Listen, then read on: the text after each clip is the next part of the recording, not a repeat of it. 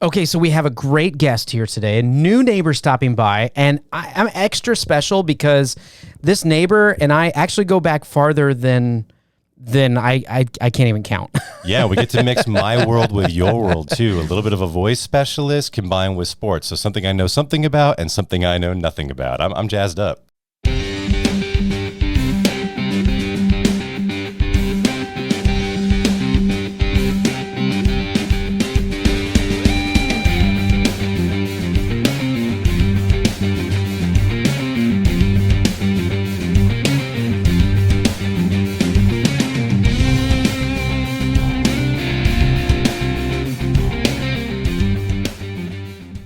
Let's welcome Armin Williams. Hey, what's up, boys? Thanks for having me. What's going on, dude? Hey, man. Listen, I want to make it clear I did not knock when I came over. He really didn't. I Yeah, you really walked in didn't. the house. Actually, we heard him shouting from the driveway.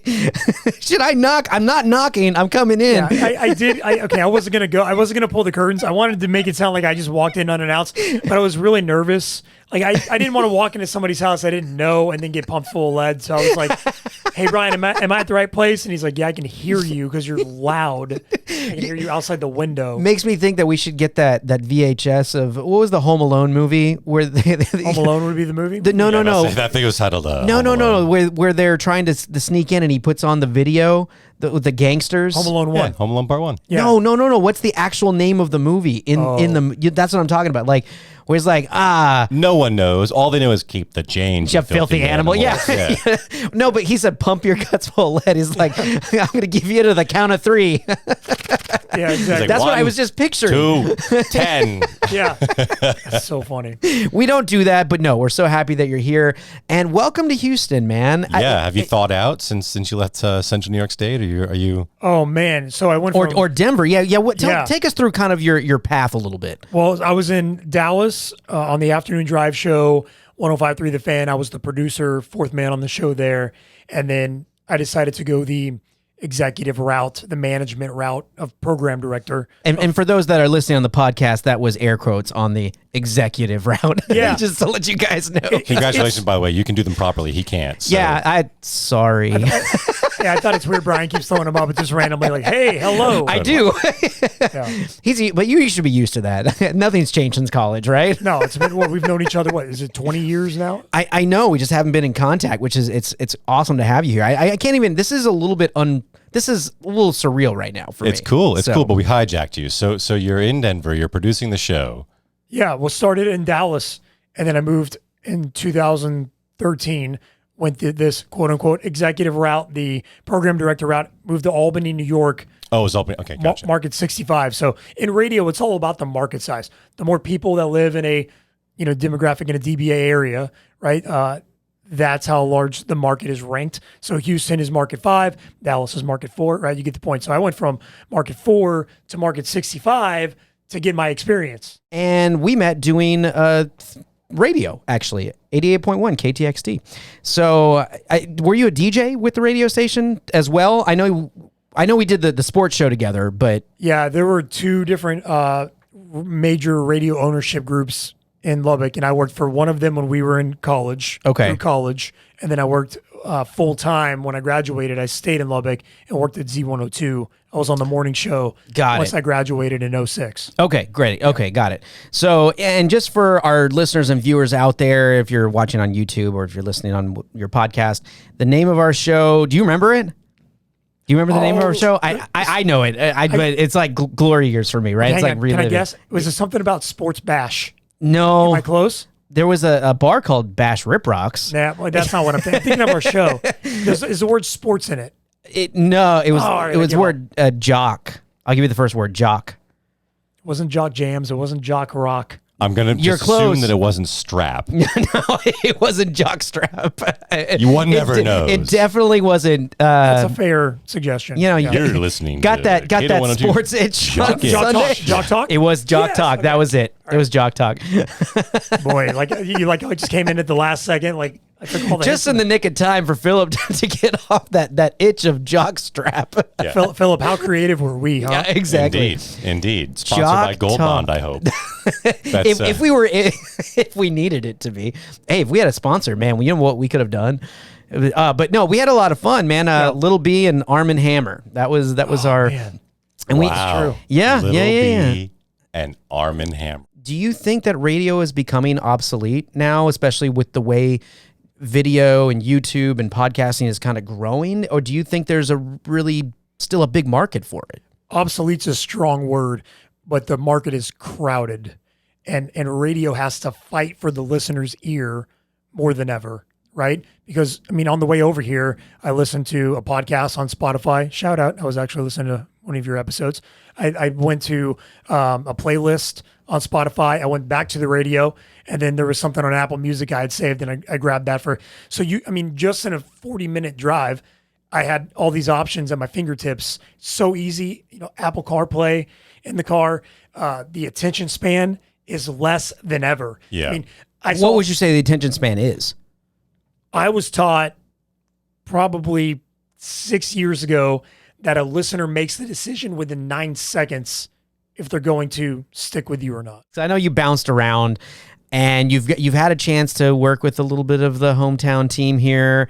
Astros, no, not so much. More Texans. Yeah, so I was at Sports Radio 610, and we were the flagship for the Houston Texans. Okay. So that was the team that we had the official partnership and relationship with, that I spent the most time with, especially obviously working with their front office. Great people in there that I worked hand in hand with. Great relationship and partnership. Do you have a moment working in sports a lot? I mean, not just radio, but in sports specifically. Do you have a moment within your career that you've had that just sticks out more than most? Yeah, so I remember when DeAndre Hopkins was traded here in Houston, and we just never thought that would happen. And this was during that time that Bill O'Brien and Jack Easterby were taking over the team, and we just thought it was a joke. Like we literally thought, oh, there's no way that this happened. They got the reports wrong, and then the reports came out as to what they traded for. I mean, I remember where I was in my office when that happened. I mean, those moments probably don't leave you, and then you're having to call all your guys and explain, like, hey, listen, here's what I'm hearing here, and they're like, this is they're all going nuts, telling you you're crazy. Well, It's like, you heard it wrong. And then my job is that, like, I'm trying to protect the partnership. We respect the Texans, and so how do you be respectful in a moment that's arguably the worst trade in the history of the NFL? This is like bonehead move. Oh, that's kind of cool. I mean, it's really neat that you get firsthand knowledge, or people in that work where you were getting that firsthand knowledge. But I can't even imagine what like everyone's head is doing with moments like that, whether it be NBA, NHL, NFL, and soccer, baseball, whatever. But I think that's kind of cool. So another moment was we were at Giants training camp, and they had an offensive tackle. His name was Will Beatty.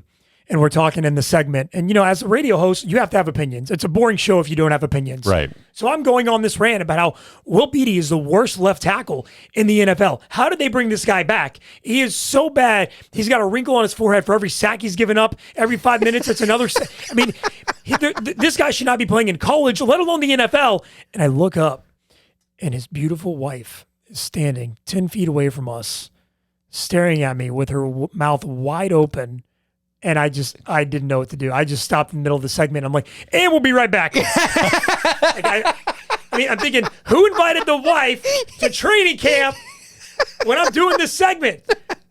I feel like a Ron Burgundy moment. It's like, what is this, amateur hour? No, you should have gone straight up to her. Hi, I'm Armin. Nice to meet you. I don't want her to know my name. I'm a big fan. Do you know how big this dude is? You're talking about a large I was about to say, American gentleman. Offensive linemen are like 300 plus pounds. Philip, he could eat me. And then later we're doing the show, at the end of the show, and they're walking by and they're holding hands, and I'm like, he is going to bash this tape. He's going to kill me. And she never. Is there a back door? I just kept waiting for her to be like, that's him right there. That's that one. But they just walked by. And I mean, I guess they so prep. tight. I was so nervous. They have to they have to know that that's out there. I bet that's got to be in all the discussions and the meetings that they talk about. I mean, he has to know that he sucked, right? The whole time she's I wasn't going to quite go there because I don't want him to fly down and find us. And the whole time his poor wife's going, oh, he's so right. Oh no, that's My the husband's worst. so bad. Try sleeping in the same bed with him. Yeah. You got to lay down next to this guy all Oh man. night. Swiss cheese, just letting the door wide open every single play. Yeah, the only thing that gets sacked in the marriage is you, honey. Okay, so you've had a great career in radio, and but you are a family guy. You have 2 kids, right? Yeah, I mean it's why I made this transition recently, was to kind of have a different quality of life, to try to enhance that for sure. So I love hanging out with my kids. Yeah, Yeah, Brian's not trying to say that coming from Albany, you look like Peter Griffin or anything. He's generally a family exactly. guy. No, okay, yeah, Not exactly. Not family the guy. family guy, right? Exactly. You don't have a thank you. talking dog named Brian. That just I have that image in my head where he tripped on the sidewalk and Peter Griffin's holding his knee, going, and it's like 45 seconds. that's what made that show really great, actually. Because they would have those moments that would just, mommy. They go so Mom, long. Mom. Exactly. Mother, mommy. Mommy. Yeah. That was a good impression, actually. I will share one of my favorite Family Guy moments. It's when Stewie says it's something about it wasn't as funny as that movie Bewitched or whatever, or something like that. It was just as bad as that movie Bewitched with Will Ferrell, the remake. And it has this really long segue or where it shows him buying a plane ticket, waiting in line, getting on the plane, flying to LA, getting off, going to the convenience store or the hardware store, buying a ladder, going over to Will Ferrell's house, ringing the doorbell, climbing up on the ladder, opening the door. He's like, hello. And he punches in the face and he goes, that's not funny. It was like 8 minutes long. Yeah, and I'm just like, I was waiting, where is this going? And I could not stop laughing. So, okay. So Family Guy, I did notice this is very interesting. Everyone in your family, their first names start with an A. Yeah. Was that on purpose or by accident? Well, I mean, isn't it kind of obvious? So, like, when I marry my wife, that would be by accident because I didn't, purposely my whole life search out I've for got to something. marry an Yeah. Amy. Yeah, exactly. Hunt her down. She's just like, what's the first letter of your name? No, I'm sorry. We're not compatible. The first person I was in love with was Nicole, so she was out. Right. You know? Yeah, exactly. What's your name? Heather. Hi, Annabelle. No, it's Heather. No, it's Annabelle. No, we're legally changing it. Right. Her name's actually Jeanette, and we just changed it just so we could have all A's. Like, what kind of question is that? Without an accident ever. So that was a nice coincidence. But then when you start having kids, it's like, wait, we can create the A team here. Is that where that came from? You wanted the A team? Is that not literal? It's just a fun play on words. Why am I having to explain? All I this don't. stuff? I don't know because I would have thought like that. That would have been something that I would have thought. I've been like, if we had kids and I'd be like, baby, let's make the A team. Yeah. We could be called the A team. Yeah, if Stewie from the Family Guy were here right now, you'd have been baby slapped. So Yeah, I'm sure I would have. David Chambers. He would have climbed the ladder and punched me. That shit's not funny. Do you have a Mr. T drop in there? I wish if I had it, I'd be playing it. I believe that. Instead, you got to hit the rewind button again. All right. Oh, thank you. Appreciate that. All right. So you and your we're all kids, A's. Yeah, we're all A's. I'm Armin. She's Amy. And then I have 9-year-old Abby and 7-year-old Asher. You live very close to each other. My wife is an identical twin. An identical twin. The twin sister lives next door. Have you? How many times do you have to insist that you're not making that up? Often. Like, Often, I have right. to clarify that. Yeah. And then the next question, everybody's like, oh, I mean, what's the next question you would ask me? Oh, I'm just picturing everyone loves Raymond right now. Like you guys walking in. Yeah. With the A's and J's, just like. Well, the Jays is my brother in Dallas. Oh, okay. Sorry. Yeah, but that's good. But so my wife's identical twin is Kristen.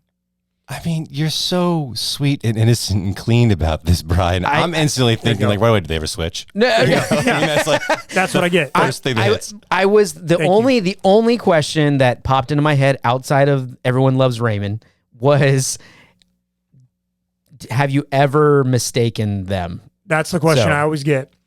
And my answer has always been yes, probably a couple times a year. It's something innocent where, because the peripheral, here's the thing. Right. Obviously, I can recognize my wife's face. Like, I know what my wife looks like. But the peripheral, you're screwed. Like, they have all the same demeanor. I mean, Yeah. you're done, right? And you got to remember, they're both in and out of each other's houses all the time. So, like, the pain is real. Like, I have to be on standby all the time. So I've accidentally, Like marked one. Have you ever marked one? Like you marked your wife as she in walked the by or office, something? you guys see that The Office episode? Yeah, where like he draws like a Yeah. little like I can't tell the difference Yeah. between the two girls. Orange So he wristband. he puts a little marker like Steve Carell's character, he just does. with a pen, he's like gives her a hug and goes. So that way, when she walks by, you can notice it. So that's now what I'm picturing. So there goes. There's the next. I don't have reference. to do that because again, I can tell the difference, but not the peripheral. Let's see. 2 times I've smacked the wrong butt. But Really? This was when, like, when we were first married, and they were like we're in that mid to late 20s time in our life, and they're both in the same wedding all the time. So because they all have the same. They both have the same. Oh, friends. and so they're wearing the same bridesmaid dress and the same hair and the same makeup, like the same everything. Like, so if you're approaching from behind, you're done. It's like you might as well flip a coin. It's a 50-50. It literally is a 50-50. So 2 times I walked up from behind, smacked the wrong butt. Looking good, A's. Yeah. Like, hey, babe, pop. Oh man. I mean, and immediately, she turns around. I'm like, oh, sunny beaches. Like, I am so sorry. You said that you had left the radio world. Right. Yeah. I'm no longer in radio for the first time since 1999 or whatever. Yeah. Yeah. So Crazy. why don't we Weird. talk? Let's talk about that. What are you doing now? What's going on with now? You have a new business. Yeah. So I am working. Well, actually, I own a franchise of Schooley Mitchell, and we are North America's largest cost reduction company. And what we do is we help businesses save money on their overhead expenses, on their most common overhead expenses. So it's as easy as, Philip, you have a building, for example, that's a brick and mortar, and you say, hey, man, can you help me on expenses? And I'm going to go through some of the categories with you that we are experts in. And I'll say, well, tell me about your telephone bill.